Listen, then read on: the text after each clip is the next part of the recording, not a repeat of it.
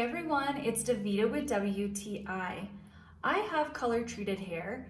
I like to get my hair colored at least 2 to 3 times per year, and I also use a diffuser twice a week, so it is heat treated. That being said, I was looking for something to protect my hair and treat it, especially give it a little bit more hydration. I have been so happy using this product. This is the Redken Acidic Perfecting Concentrate Leave-In Treatment.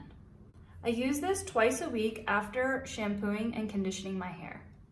The consistency is really soft, it's not sticky, it's like a very lightweight cream.